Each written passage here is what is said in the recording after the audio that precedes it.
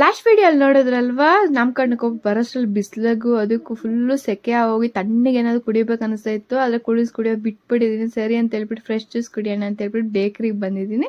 ಸುಬ್ಬು ಅವರು with sugar ತೊಗೊಂಡು, ನಾನು ವಿತೌಟ್ ಶುಗರ್ ತೊಗೊಂಡೆ. ಮೂಸಂಬಿ ಜ್ಯೂಸ್ ತೊಗೊಂಡು ಕುಡಿತಾ ಇದ್ದೀನಿ. ಸುಬ್ಬು ಅವ್ರು ಕೊಟ್ಟೆ ಟೇಸ್ಟ್ ಮಾಡಿ ಹಿಂಗಿರುತ್ತೆ ಅಂತ ಹೇಳ್ಬಿಟ್ಟು ಅವ್ರ ಕೈಲಿ ಕುಡಿಯೋಕ್ಕಾಗಲ್ಲ, ಚೆನ್ನಾಗಿಲ್ವಂತೆ ವಿತೌಟ್ ಶುಗರ್. ಆದರೆ ನಾನು ಕುಡ್ದು ಕಂಪ್ಲೀಟ್ ಮಾಡೋದು ತಣ್ಣಗೆ ಚೆನ್ನಾಗಿತ್ತು. ಮನೆಗೆ ಬಂದಿದ್ದ ತಕ್ಷಣ ಮೋಕ್ಷಿತನ ಫುಲ್ ಪ್ಯಾಂಪರ್ ಮಾಡ್ತಾ ಇದ್ದೀನಿ.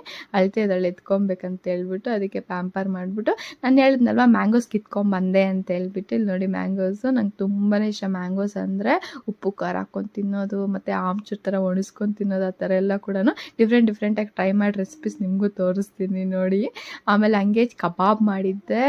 ನಾನು ಇಷ್ಟು ಡೈಟ್ ಮಾಡಿದ್ರೆ ನನಗೆ ಕಬಾಬ್ ತಿಂದಿರ ಇರೋಕ್ಕಾಗಲ್ಲ. ವಾರಕ್ಕೊಂದ್ಸರಿ ಆದರೂ ಕಬಾಬ್ ತಿನ್ಬೇಕು ಅನ್ನಿಸ್ತಾ ಇರುತ್ತೆ.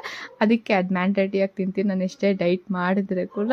ನೆಕ್ಸ್ಟ್ ಮಿಮ್ಮಿ ನೋಡ್ತಾ ಇದ್ದಾಳೆ, ನಾನು ಏನು ತಿಂದ್ರೇನು ಅವಳು ನೋಡ್ತಾನೇ ಇರ್ತಾಳೆ. ತುಂಬ ದಿನವೇ ಆಗೋಗಿತ್ತು ಈ ಥರ ಸಾಂಬಾರು ಮಾಡಿ ತಿಂದು.